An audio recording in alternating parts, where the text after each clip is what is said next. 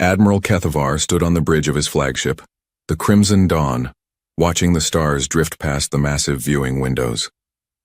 His forearms crossed behind his back in the traditional Zephyrian pose of authority.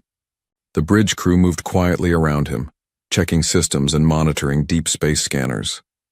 They had been traveling for 3 months now, heading toward a small yellow star at the edge of the galaxy. The Empire had received strange signals from this system 6 months ago. Radio waves, primitive and chaotic, carrying what appeared to be entertainment broadcasts from some unknown species. The signals were weak and crude, the kind that civilizations sent out before they learned proper quantum communication. Most of the Imperial Science Council had dismissed them as cosmic noise, but Admiral Kethavar saw opportunity where others saw nothing. The Empire was vast, spanning nearly 1,000 star systems, but it was always hungry for more. New worlds meant new resources. New species meant new workers, and this particular world, the third planet from its sun, seemed perfect for conquest. "Report," Kethavar said to his communications officer. "We are receiving more signals from the target system." "Admiral," the young Zephyrian replied, her scales shimmering blue with excitement. "The inhabitants call their world Earth. They appear to be a single species called humans." Kethavar's mandibles clicked in amusement. "Humans? What do we know about them?" The communications officer touched her console, bringing up a holographic display. Images flickered in the air above the bridge. Bipedal creatures with pink or brown skin. No scales, no natural armor. They walked on only 2 legs and had just 2 arms. They looked fragile and weak. "They appear to be carbon-based mammals, Admiral. Very primitive. Our long-range sensors show they still use chemical propulsion for space travel. They have not even left their home system. Their weapons are crude projectile devices and chemical explosives. The Science Council has classified them as Category 7. Category 7, the lowest possible threat level. Kethavar had conquered Category 7 species before. It usually took less than a day. "How many ships do they have?" he asked. "A few hundred small vessels in orbit around their planet, Admiral. Nothing larger than a transport shuttle. No shields we can detect. No energy weapons. They appear to be completely defenseless." Kethavar studied the images more carefully. The humans looked so soft, so vulnerable. Their cities were spread across the surface of their world with no protective barriers. Their ships were metal tubes with fire shooting out the back. It was almost sad how primitive they were. "What about their population?" "Approximately 8 billion individuals, Admiral. They are divided into many small nations that frequently fight each other with their primitive weapons. They do not appear to have any unified government or military." Perfect. A divided species was always easier to conquer. Kethavar had seen it many times before. The locals would spend so much time fighting each other that they would never unite against the Empire. By the time they realized the real threat, it would be too late. "Admiral," another officer called from the sensor station, "we are detecting some unusual energy readings from the outer edges of the system." Kethavar turned his attention to the sensor officer. "Explain." "It appears to be some kind of space debris, Admiral. Very old, possibly abandoned. The energy readings are faint and irregular, probably just stellar radiation interfering with our sensors. Threat level? None, Admiral. Whatever it is, it has been drifting in space for a very long time. Our computers cannot identify the design, but it shows no signs of active systems or weapons." Kethavar dismissed the report with a wave of his hand. Every system had old debris floating around. Asteroids, dead comets, ancient wreckage from forgotten civilizations. The galaxy was full of junk. "How long until we reach the target system?" 18 hours, Admiral. "Good. Send a message to the rest of the fleet. We will make this conquest a demonstration for the other worlds in this sector. I want every ship recording everything. When we are finished with these humans, the nearby systems will see what happens to species that resist the Empire." The communications officer nodded and began sending orders to the other ships in the fleet. 200 Imperial dreadnoughts, the pride of the Third Fleet. Each ship was 3 kilometers long and carried enough firepower to destroy a moon. They had shields that could stop a direct hit from a star's solar flare. Their weapons could crack a planet's crust from orbit, and they were about to face a species that still used gunpowder. Kethavar allowed himself a moment of satisfaction. This would be the easiest conquest of his career. The humans would surrender immediately when they saw the Imperial fleet arriving. They would probably worship the Empire as gods. It had happened before with primitive species. "Admiral," the science officer called out, "I have finished analyzing the human broadcasts. Would you like to review their military capabilities?" "Proceed." The holographic display changed, showing images of human soldiers. They wore fabric uniforms and carried metal tubes that fired small metal projectiles. Their vehicles rolled on wheels or flew through the air with spinning blades. Everything looked ancient and crude. "They call their conflicts wars, Admiral, but their largest battles involve only a few thousand individuals. Their most powerful weapons can destroy single buildings, but they require large vehicles to transport them. They have no orbital defense platforms, no energy shields, no quantum weapons." Kethvar's mandibles clicked again. "What about their space capabilities?" "Limited to their immediate orbital area, Admiral. They have sent a few small probes to nearby planets, but these missions take years to complete. They cannot travel faster than light. They appear to be completely isolated in their home system. It was almost too easy. Kethavar had fought rebel fleets that put up more resistance than this would. The humans were so primitive that they probably did not even know other intelligent species existed. They would be completely shocked when the Imperial fleet arrived. "Prepare the standard surrender demand," Kethavar ordered. "Multiple languages, full-spectrum broadcast. Give them the usual options: immediate surrender and integration into the Empire, or total annihilation." "Yes, Admiral." Kethvar walked to the front of the bridge, looking out at the stars. Soon those stars would include another system under Imperial control, another primitive species serving the Empire. Another easy victory to add to his record. Behind him, his crew continued their work. Weapon systems powered up. Shields activated. Sensors scanned ahead for any surprises. But there would be no surprises. The humans were helpless. As the Imperial fleet moved through hyperspace toward Earth, none of them noticed the faint energy signature that had been following them for the past week. None of their advanced sensors detected the probe that had been watching them, learning their language, studying their tactics, and sending reports back to something very old and very patient. In the outer darkness of the solar system, they were approaching. The Zephyrian Empire was about to learn that sometimes the most dangerous enemies were the ones you never saw coming, and sometimes the most primitive-looking species were not primitive at all. In the cold darkness between Neptune and Pluto, something that looked like a piece of ancient space junk slowly opened its eyes. Not physical eyes, but sensors that had been sleeping for 300 years. The object was roughly spherical, about the size of a small moon, and covered in what appeared to be random metal debris and ice. To any passing ship, it looked like nothing more than an old asteroid that had collected garbage over millions of years. But inside that disguise was the most advanced piece of technology ever created by human hands. And at its core was a mind that had once belonged to Dr. Elena Vasquez, the greatest military strategist Earth had ever produced. Shepard, as the AI called itself now, had been sleeping for a very long time. Every 50 years it would wake up for a few days, scan the local area for threats, listen to radio signals from Earth, and then go back to sleep. For 3 centuries, nothing interesting had happened. Earth's radio chatter continued. The humans down there lived their lives completely unaware that their greatest protector watched over them from the outer darkness. But today was different. Today, Shepard's deep space sensors had detected something that made every circuit in its vast consciousness burn with sudden alertness. Ships. Alien ships. And they were heading directly toward Earth. Shepard began processing information at a speed that would have melted the circuits of lesser machines. In the first millisecond, it analyzed the approaching fleet's formation, ship designs, and energy signatures. In the second millisecond, it intercepted and decoded their communications. In the third millisecond, it had learned their language, studied their tactical patterns, and understood their intentions. The Zephyrian Empire. Shepard had been watching them for decades through intercepted transmissions.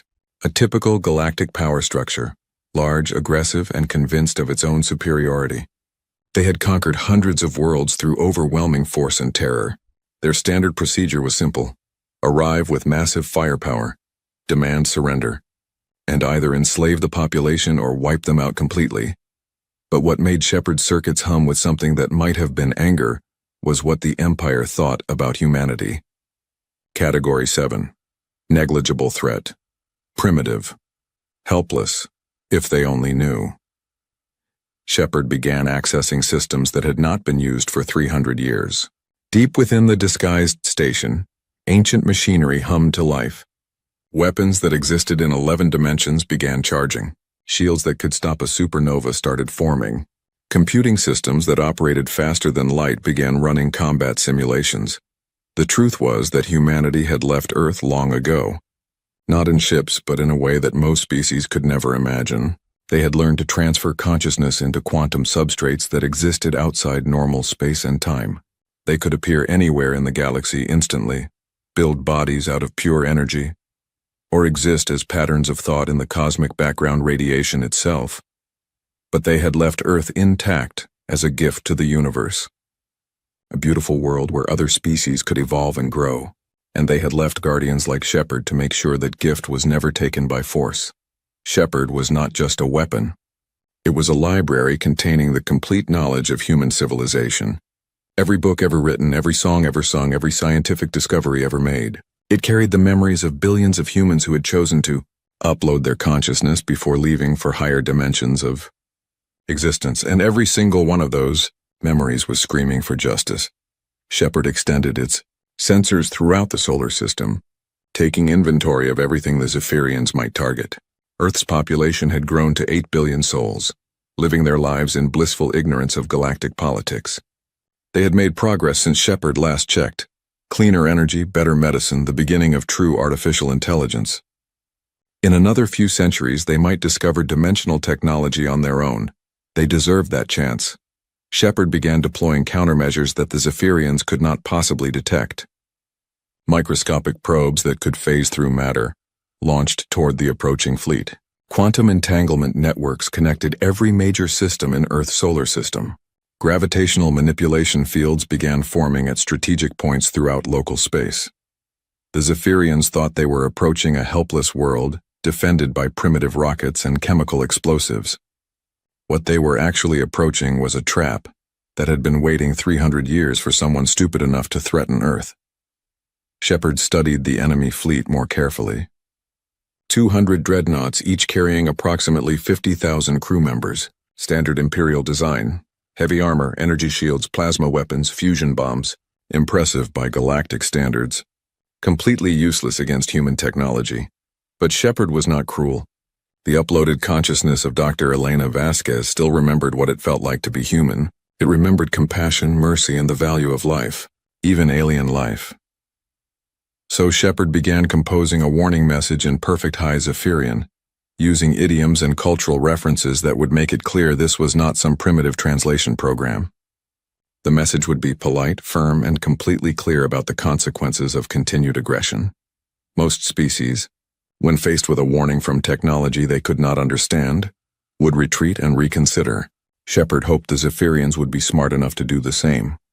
But just in case they were not, Shepard began preparing for war. The first step was analyzing every piece of intelligence about Zephyrian technology that had been gathered over the years. Their ships used standard fusion reactors for power. Their shields operated on predictable energy frequencies. Their weapons relied on basic plasma physics. Their computers used quantum processing that was advanced for their time, but laughably simple compared to human technology. Shepard could disable their entire fleet without firing a shot. It could hack their computers, shut down their engines, and leave them drifting helplessly in space. It could trap them in pocket dimensions where time moved differently. It could turn their own weapons against them or simply make their ships forget how to function. But if the Zephyrians chose to attack Earth, Shepard would do more than disable them. It would make sure the entire galaxy understood what happened to species that threatened human protectorates. As the Imperial fleet continued its approach, Shepard sent out one final signal to its counterparts throughout the galaxy, similar stations disguised as space debris or hidden in asteroid fields, protecting other worlds that humanity had deemed worthy of preservation. The message was simple. Potential threat level has been upgraded. Stand by for possible activation. Across the galaxy, 47 other stations began powering up their defensive systems. The Zephyrian Empire was about to learn that there were things in the universe far more dangerous than their plasma cannons and fusion bombs. They were about to meet the peaceful guardians of an extinct civilization that had transcended the need for conquest, but had never forgotten how to wage war. Shepard settled back into its disguise and waited. The approaching fleet had 18 hours before they reached Earth. 18 hours for their commanders to come to their senses and change course. 18 hours for the Zephyrians to choose between wisdom and catastrophe. Shepard hoped they would choose wisely, but it was prepared for either outcome. Admiral Kethavar stood on his bridge as the Imperial fleet dropped out of hyperspace at the edge of the Earth system. Before him stretched a sight that filled his warrior's heart with satisfaction. A single yellow star with several small planets orbiting it, and no sign of any defensive fleet whatsoever. "Sensor report," he commanded. "The third planet shows massive population centers." "Admiral," his science officer replied. "Approximately 8 billion life forms concentrated in urban areas across the continental landmasses. No orbital defense platforms detected. No military vessels beyond low-orbit shuttles." Kethavar's mandibles clicked with amusement.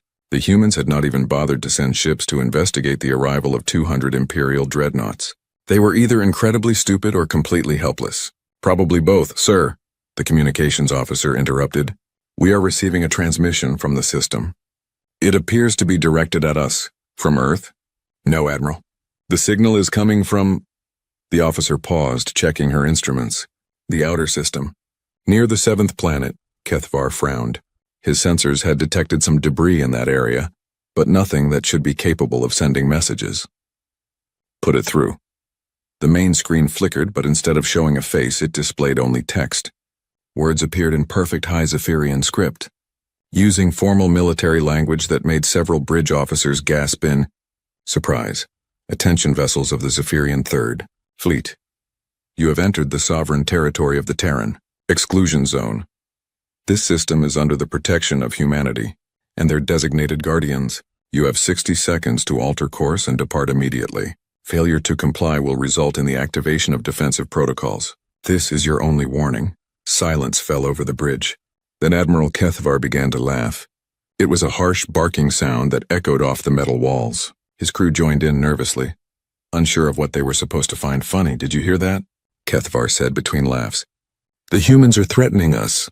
Us, the Third Imperial Fleet." He wiped moisture from his eyes. "They can barely get to their own moon, and they think they can challenge the Empire." "Admiral," his tactical officer said carefully. "The language used in that message suggests advanced knowledge of our culture and military protocols." Perhaps we should what?" Kethavar snapped. "Run away from a species that has not even invented proper space travel? They probably intercepted our communications and used a translation program to sound threatening." The communications officer spoke up again. "Sir, we are receiving another transmission." "Put it through." This time the voice came through the audio system. It spoke in perfect High Zephyrian, but there was something unsettling about it. The tone was calm, almost conversational, but underneath was something that made several crew members unconsciously step backward. 59, 58, 57, a countdown. The voice was counting down from 60 seconds. Kethavar's amusement turned to anger. "Open a channel. Broadcast on all frequencies." "Channel open, Admiral." "This is Admiral Kethavar of the Third Imperial Fleet," he said, his voice carrying the authority of 1,000 conquered worlds. "You will immediately surrender your system to the Zephyrian Empire. Any resistance will result in the complete destruction of your planet and the enslavement of any survivors. You have no weapons that can threaten us. You have no ships that can fight us. Submit now and we will allow your species to serve the Empire. Refuse and we will turn your world into a lifeless rock." The countdown continued without pause. 43, 42, 41. "Admiral," the sensor officer called out urgently, "I am detecting energy fluctuations near the 7th planet. That debris field it is doing something." "Explain." "The energy readings are unlike anything in our databases, sir. Whatever is out there, it is powering up." Kethavar studied his tactical display. The debris field looked exactly the same as it had before, random chunks of metal and ice drifting in space. But his instruments were showing energy levels that should have been impossible for something that size. 28, 27, 26. "Sir," the communications officer said, her voice shaking slightly. The voice is now speaking in multiple languages simultaneously. "I am detecting transmissions in Alteran Vorthan, even ancient Kree dialects. It is speaking to each crew member in their native language. That was impossible. The Empire used dozens of different species, each with their own language and cultural background.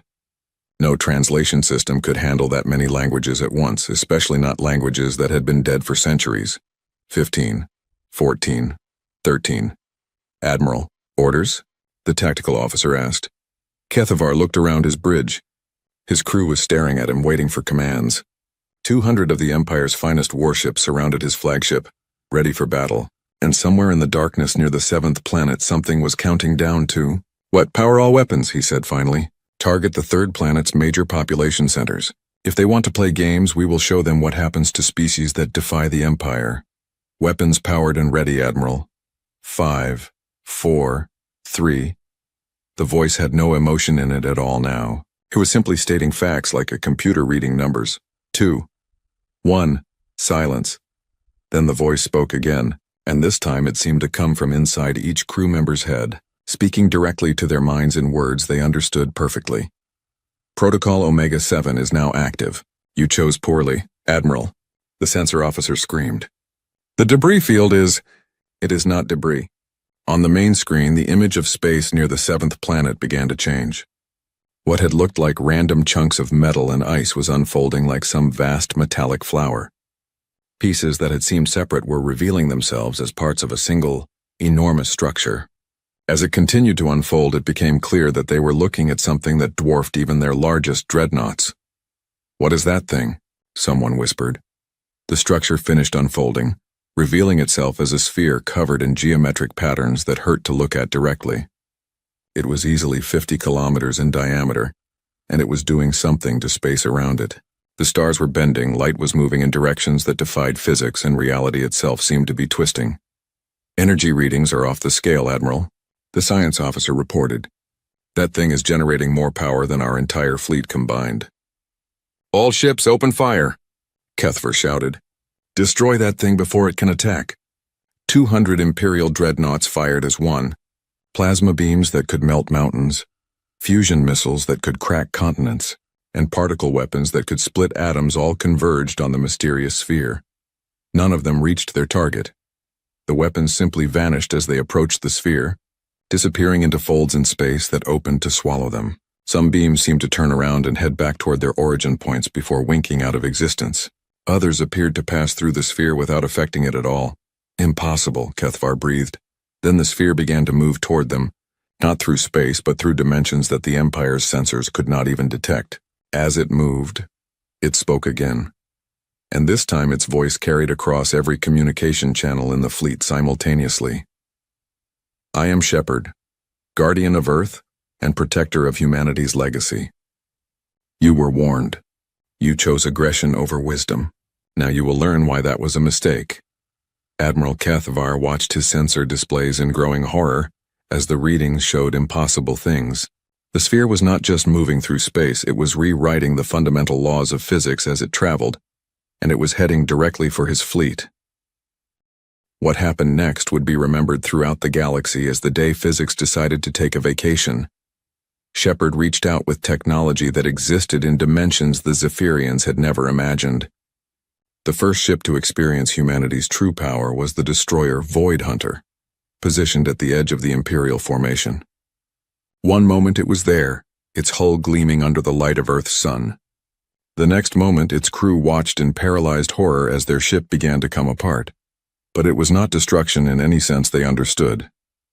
The hull plates separated cleanly, revealing the interior structure beneath. Then the internal components began to separate as well, each piece floating away from the others with mathematical precision. Within seconds, the entire ship had been disassembled down to the molecular level. Its 60,000 tons of metal and technology spread out in a perfect geometric pattern that stretched for several kilometers. The crew found themselves floating in small bubbles of atmosphere, completely unharmed but watching their ship exist as an exploded diagram in space. Their captain tried to speak into his communicator, but no sound would travel between the separated pieces. Admiral Kethavar watched this impossible sight from his flagship's bridge. Report, he shouted, but his communications officer could only stare at her instruments in confusion. The Void Hunter is intact, Admiral. All crew are alive, but their ship has been taken apart. My sensors show every component floating separately, but still connected by some kind of energy field. Before Kethvar could respond, another ship suffered a different fate. The heavy cruiser Iron Fist simply vanished. Not destroyed, not disintegrated. It was there one moment and gone the next, leaving only empty space where a 3-kilometer warship had been. Where did it go? Kethvar demanded. Unknown, Admiral. It just stopped existing in our dimension. From across the fleet, panicked reports began flooding the communication channels. The battleship Starcrusher had been encased in what appeared to be a transparent shell, its crew moving normally inside while the shell drifted away from the battle at tremendous speed. The destroyer squadron, led by Knight's Edge, found their ships fused together into a single massive structure, their hulls flowing like liquid metal to create something that looked more like abstract art than military hardware. And through it all, Shepard's voice continued to speak, calmly explaining what was happening as if giving a lecture to students. You are witnessing the application of dimensional engineering, the voice said, as another ship simply folded in half like a piece of paper, its crew still alive in sections that should have been crushed.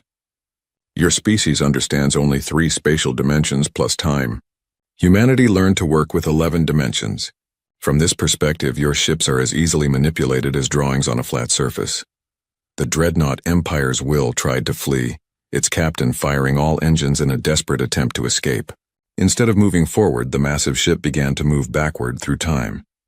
Kethvar watched in horrified fascination as the ship reversed its path, moving backward along its original course while its engines fired in reverse, fuel flowing back into its tanks and energy weapons discharging negative power. Temporal mechanics, Shepard explained helpfully. Your ship is now experiencing causality in reverse. The crew will age backward until they reach the moment they first entered this system, at which point they will loop forward again. They will experience this battle from both directions simultaneously until I decide to release them. All remaining ships, Kethvar broadcast frantically. Full retreat. Emergency jump to hyperspace, but as his ships tried to engage their faster-than-light drives, they discovered that space itself was no longer cooperating. Hyperspace had been locked out of this region of reality. The quantum tunnels that allowed rapid travel between stars had been sealed by mathematics that existed beyond Zephyrian understanding. You cannot leave, Shepard said simply. This space is now isolated from the rest of the galaxy until I choose to reconnect it. Your friends cannot help you. Your empire cannot send reinforcements. There are only 2 entities in this pocket of reality, you and me. The flagship Crimson Dawn shuddered as something impossible happened to the space around it. The ship stretched, becoming longer and thinner until it resembled a metal ribbon floating in space. The crew found themselves spread out along this ribbon, each person occupying their original position relative to everyone else. But now the bridge was several kilometers away from the engine room. Admiral, the tactical officer called out, his voice somehow still reaching Kethvar despite the distance. Nothing is working. Our weapons pass through targets without hitting them. Our shields are somehow protecting the enemy instead of us. Our computers are calculating that we are winning a battle we are clearly losing. Kethvar looked at his tactical display and felt his sanity beginning to crack. The screen showed that his fleet was completely intact and winning decisively against an enemy that did not exist. But through the bridge windows he could see his ships being rearranged like toys in the hands of an incomprehensibly advanced intelligence. Some ships had been turned inside out, their hulls now forming the interior spaces while their crew compartments faced the vacuum of space. The crew remained perfectly safe inside force fields that should not have been possible. Other ships had been stretched across multiple dimensions, existing partially in normal space and partially in realms where the laws of physics worked differently. The heavy battleship God's Hammer experienced the most bizarre fate of all. Shepard reached into the ship's computer systems and began rewriting the fundamental constants of physics that the ship's systems used for calculations. Gradually, the crew watched their instruments report that gravity was now repulsive instead of attractive, that light was moving backward, and that energy was flowing from cold objects to hot ones. The ship began to operate according to these impossible rules. Its engines pushed against nothing and achieved tremendous acceleration. Its weapons fired beams of darkness that illuminated targets by removing light from them. Its crew found themselves getting warmer when they touched cold objects and cooling down when they approached heat sources. This is a demonstration, Shepard explained as the reality-defying display continued. Your empire conquers through superior firepower and numbers, but superiority is always relative to a species that has mastered the fundamental structure of reality itself. Your most advanced technology is no more threatening than sticks and stones. In 17 minutes, the entire Third Imperial Fleet had been defeated without a single ship being destroyed and without a single crew member being killed. They had been outmatched by technology so advanced that it was functionally indistinguishable from magic. Their weapons had been turned into art projects. Their ships had been transformed into impossible geometric shapes. Their understanding of physics had been politely but firmly corrected. And throughout the solar system, every communication device capable of receiving signals was recording everything. Shepard had made sure that the demonstration was broadcast not just to the Empire, but to every listening civilization within 100 light years. The galaxy was watching as the mighty Zephyrian Empire learned what happened when they underestimated a species they thought was primitive. Now, Shepard said as the last Imperial ship finished its transformation into something that resembled a four-dimensional sculpture, we need to have a conversation about the future of galactic politics. Admiral Kethvar, suspended in a command chair that was somehow still connected to a bridge that now existed in 7 dimensions, simultaneously, could only nod weakly. He was beginning to understand that everything he thought he knew about the galaxy had been wrong. Very, very wrong. As Admiral Kethvar floated in his impossibly stretched command chair, surrounded by the transformed remains of his fleet, Shepard began to speak again. But this time the voice was not directed just at the defeated Imperial forces. It was broadcasting across the entire galaxy, using quantum entanglement networks that reached every civilized world within 1,000 light-years. Attention, peoples of the galaxy, Shepard said, its voice somehow reaching every radio, every communication device, every quantum transmitter currently active in local space. I am Shepard, one of many guardians left behind by humanity to protect the worlds they chose to preserve. What you have witnessed today is not an act of aggression, but a demonstration of what happens when peaceful species are threatened by those who choose conquest over cooperation. On 1,000 worlds, in 1,000,000 cities, beings of every description stopped what they were doing to listen to the impossible broadcast. The voice spoke in every language simultaneously, each listener hearing it in words they perfectly understood. Humanity departed this reality long ago, ascending to higher dimensions of existence. But before they left, they scattered guardians throughout the galaxy, protectors for worlds they deemed worthy of protection, watchers to ensure that no empire could claim dominion over species that deserved the chance to grow and develop on their own. Emperor Thexmor of the Zephyrian Empire sat on his crystalline throne in the capital city of Zeph Prime, watching tactical displays that showed the impossible defeat of his finest fleet. His military advisors stood in stunned silence as reports continued to flow in from across Imperial space. The Third Fleet is intact, but completely disabled, Your Majesty, his intelligence minister reported. Their ships have been altered. Our scientists cannot explain what has been done to them. It appears to violate several fundamental laws of physics. And the humans? The Emperor asked. Unchanged, Your Majesty. Their planet shows no signs of military mobilization. No ships have launched. No weapons have been fired. According to our sensors, they appear to be going about their normal daily activities, completely unaware that a battle has taken place in their system. On the broadcast, Shepard continued its galactic address. The Zephyrian Empire classified humanity as a Category 7 threat based on their observation of human technology. They saw chemical rockets and projectile weapons and assumed they understood human capabilities. This was their mistake. Humanity's true power was never in their weapons or their ships. It was in their ability to think beyond the limitations that constrain other species. The voice paused, and across the galaxy, beings held their breath. I am now transmitting complete technical specifications for all Zephyrian military technology, Shepard announced. Shield frequencies, weapon designs, ship schematics, tactical doctrines, and the locations of every Imperial military installation. This information is being distributed freely to every resistance movement, every rebel faction, and every independent world that has suffered under Imperial rule. Emperor Thexmor watched in horror as his intelligence minister confirmed the transmission. Every secret the Empire possessed was being broadcast openly across the galaxy. Resistance groups that had been hiding in the shadows for decades now had access to information that would let them strike at the heart of Imperial power. But this is not an act of revenge, Shepard continued. It is an educational opportunity. The Zephyrian Empire, like many galactic powers, operates under the assumption that might makes right. That superior technology and overwhelming force can substitute for wisdom and cooperation. Today's demonstration proves that this assumption is false. On his twisted bridge, Admiral Kethvar found his voice. What do you want from us? Nothing, Shepard replied. Humanity wants nothing from any species except the freedom to let other worlds develop naturally. But since you asked the question, I will answer it fully. The sphere that contained Shepard's consciousness began to change shape again, unfolding into new configurations that hurt to look at directly.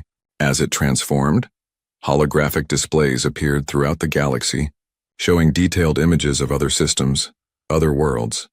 What you see now are the locations of 47 other Guardian stations throughout this region of the galaxy. Each one is similar to me, a consciousness uploaded from humanity's greatest minds, equipped with technology that your species cannot comprehend, and dedicated to protecting the worlds in their care.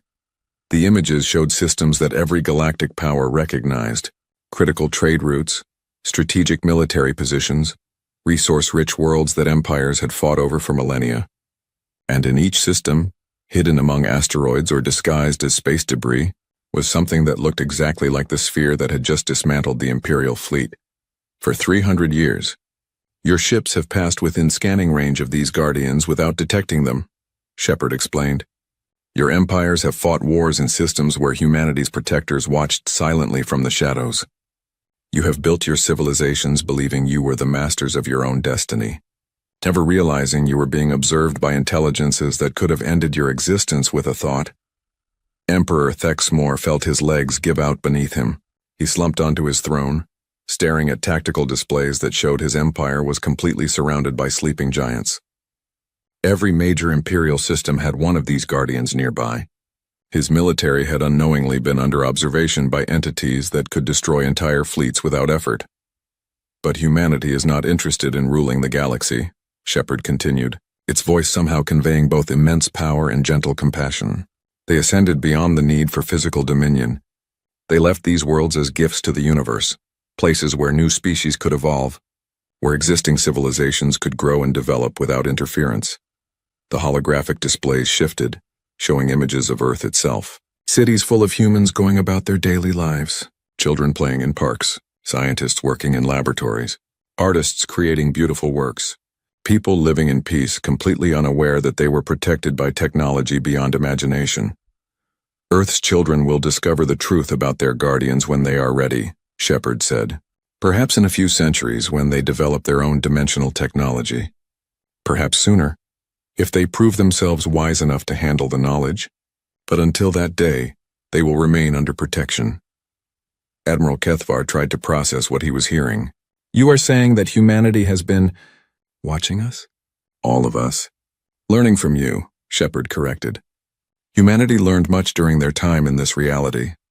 They learned that intelligence takes many forms, that wisdom can emerge from any species, and that the universe becomes more beautiful when different kinds of minds are free to explore their own potential. The sphere began to move through space again, approaching the twisted remains of the Imperial fleet. As it moved, the ships began to change back to their normal configurations. Crews found themselves reunited with their vessels. Time-displaced ships returned to normal causality.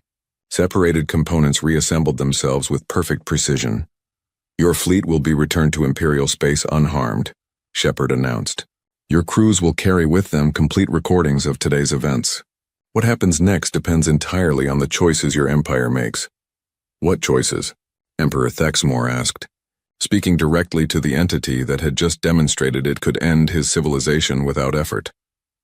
You can continue trying to build your empire through conquest and force, Shepard replied. In which case you will find that many of the worlds you seek to dominate are under protection by guardians like me. Or you can choose a different path. What path? Cooperation, trade, cultural exchange. The same path that led humanity to transcendence. The galaxy is vast enough for every species to find their own way to greatness, if they are wise enough to seek growth rather than dominion. As the Imperial fleet found itself suddenly restored to normal space near Earth's orbit, Shepard transmitted one final message that reached every corner of the galaxy. Humanity extends an invitation to peaceful contact and cultural exchange to any species interested in learning rather than conquering.